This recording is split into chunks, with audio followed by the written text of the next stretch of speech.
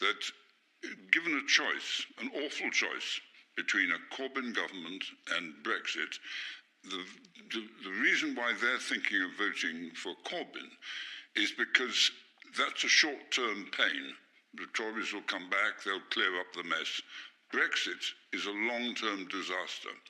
And that's why Conservative voters that I know are saying to me that they may be forced into this decision. It's an awful decision, but there are a lot of them. Not very loyal, though, to your party, is it, saying that? Is it time you left the Conservative Party? I think the exact opposite. I think it's urgent that some people in the Conservative Party say these things. There is a growing intolerance.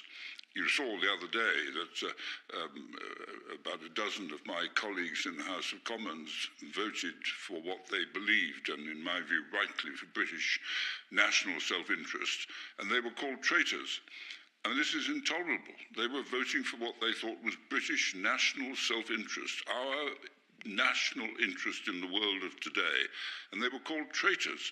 So, you know, people can call me what they like, I don't mind, I've been around a long time.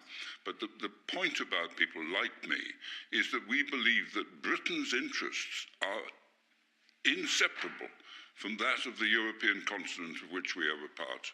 The day after the vote, I argued that it was necessary to put the Brexiteers in charge of the negotiations.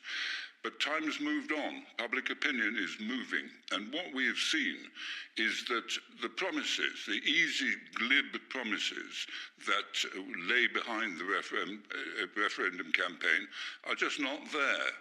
And my own view, quite clearly, is that as the events move further, public opinion will move. I think the Labour Party is already moving, and they will, in my view, at the next election, be against, effectively, Brexit, leaving the government, the Tory party, arguing for something which every Conservative Prime Minister I have worked for said was exactly the opposite. Well, what would you like to see happen next in that case? Because at the moment we had a referendum, people voted for Brexit, and that's happening. That's the course that we're going down.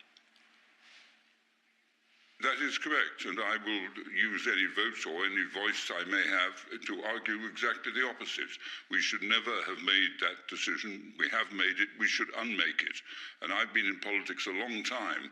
We've had lots of Labour governments, and in every case I have opposed them and sought to reverse what they did.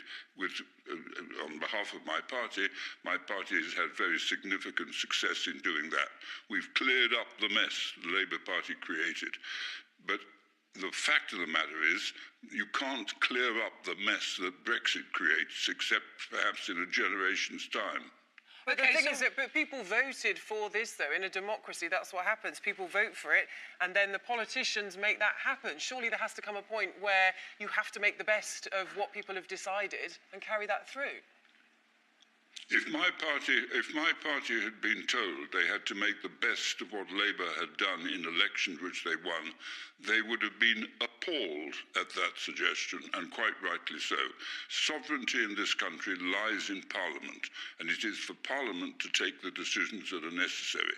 And in fact, I got sacked the other day by the Prime Minister for trying to get this introduced into the law. What happened? Within months, the government itself was introducing legislation to do precisely what they'd sacked me for doing. So they're now saying they might remove the Conservative whip, which would mean